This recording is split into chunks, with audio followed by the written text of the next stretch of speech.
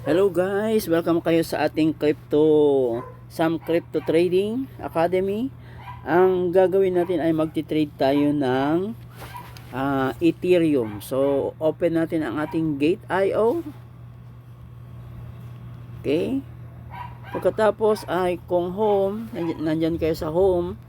So, itap nyo yung ETH. Tignan natin.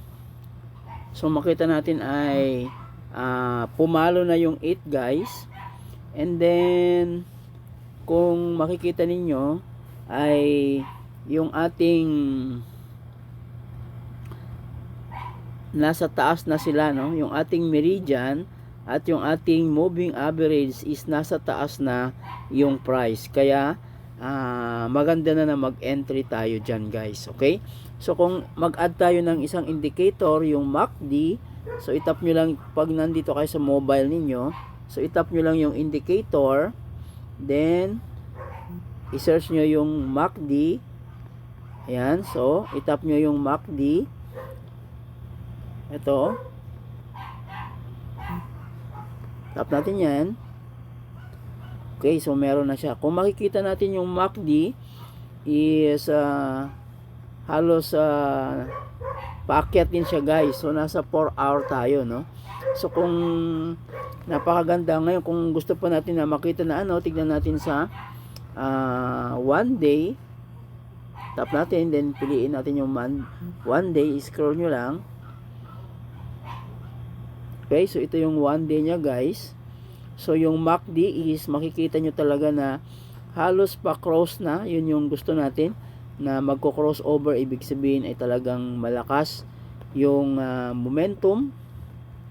Ngayon ay kung titignan natin naman itong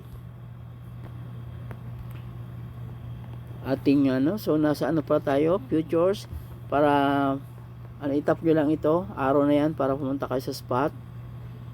So ito yung candle ng spot, then i-delete lang natin itong si mark ng it. Ayan. Okay, so makikita natin itong meridian natin, itong malaki, no? So halos packet na siya, pero yung ating moving average is nasa taas na yung price. Tapos kung titingnan natin itong MACD natin is magko-cross na, kaya papasok tayo guys. Ang iti-trade natin, gagamitin natin yung robot. So para pumunta tayo sa robot, tap lang natin ang ating asset. Yan, pag nasa mobile kayo, itap ninyo, and then itap nyo rin yung bots. Yan, nandyan yung bots. Okay, so itap nyo lang yung bots, and then pagkatapos ay itap ang create bots. Yan. So, pagkatapos ninyo ay itap nyo ulit ang spot DCA. Ayan. So, spot DCA ulit tayo. Okay. So, papalitan nyo yung ito guys. Palitan nyo yan ng ETH. So, itap natin yung ETH. Ayan. Tap natin yan. Okay. So, makita ninyo, nagbago na siya. So, ETH USDT yung ating iti-trade. Tapos, itap natin ang customize, tapos itong pre-parameters, nandito yung kulay black dyan, tap natin yan. Okay, so pre-parameters yung gagawin natin. Okay, so ang technique natin is dalawang position lang, and then ang ating target na cycle is 2% lang. Pagkatapos ang investment natin is 50. So 50 USDT guys. Tapos kung magti-take profit siya, kung pupunta tayo sa calculator, so 50 USDT yung trade natin, then 2% lang yung take profit natin, equals $1. So titignan natin guys kung maganda ang strategy na kapag magti-take profit yung $50 natin is $1 yung kikitain niya. So dahil robot ito, kahit matutulog tayo mamaya, is titignan natin kung magpa-profit siya guys. And then dito sa pangalawa is ang ilagay natin sa percentage nga price deviation is 10%. Okay? So, 10%. Yan. Kasi gusto natin doon sa pinakamababa sa 238, magbili siya ng panibagong 50. Okay? So, yan, no? So, 50. Then, dito tayo sa advance. Tap natin yung info settings. So, kung gusto yung kopyahin, pwede yung kopyahin. 1% yung kikitain ng ating ano. Then, bot description is it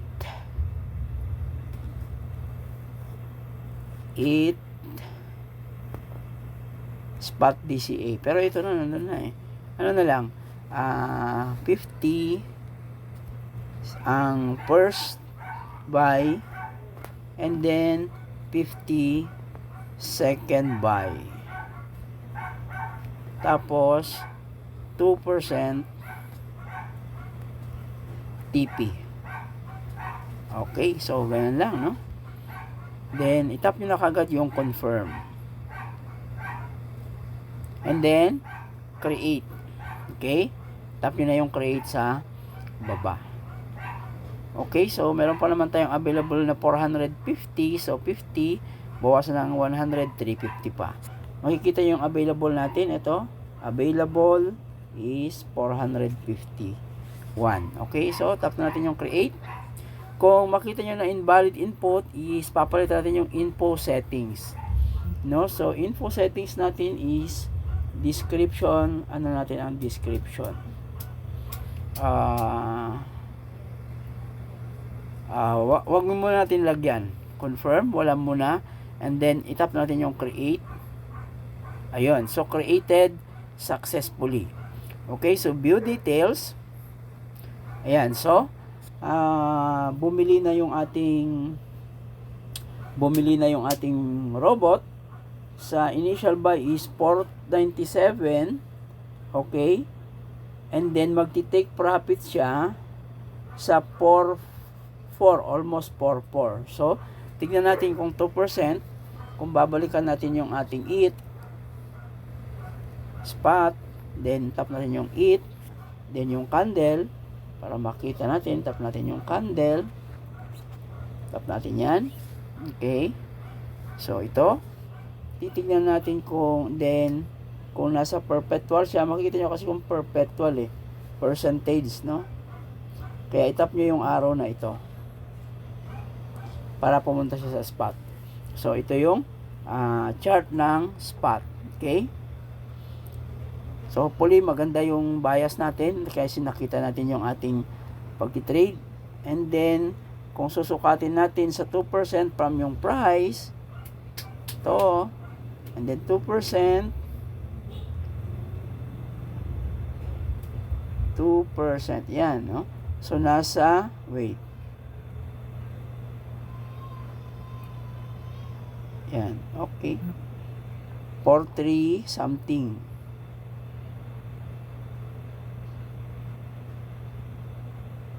Yun, nasa 4356. Magtitipin sa 4356, guys. So, kung mapapansin natin, is delete muna natin itong MACD para masukat natin. X, yan. Okay? So, 43. Halos umabot na rin siya sa ang pinakatuktok niya is from dito tayo bumili. And then 43 2%. Yun. Yan. So 4388 something. Balikan natin yung ating robot. Tap nyo lang yung bot sa baba.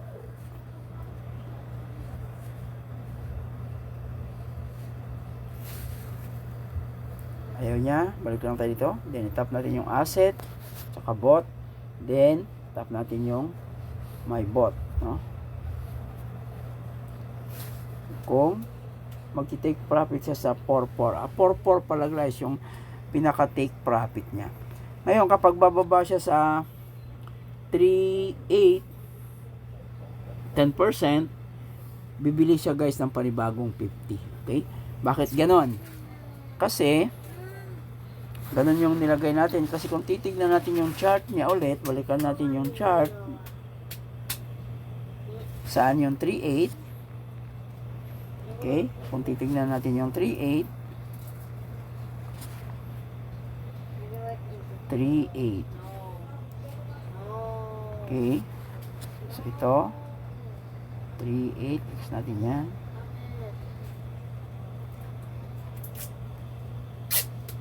3.8. Yan guys.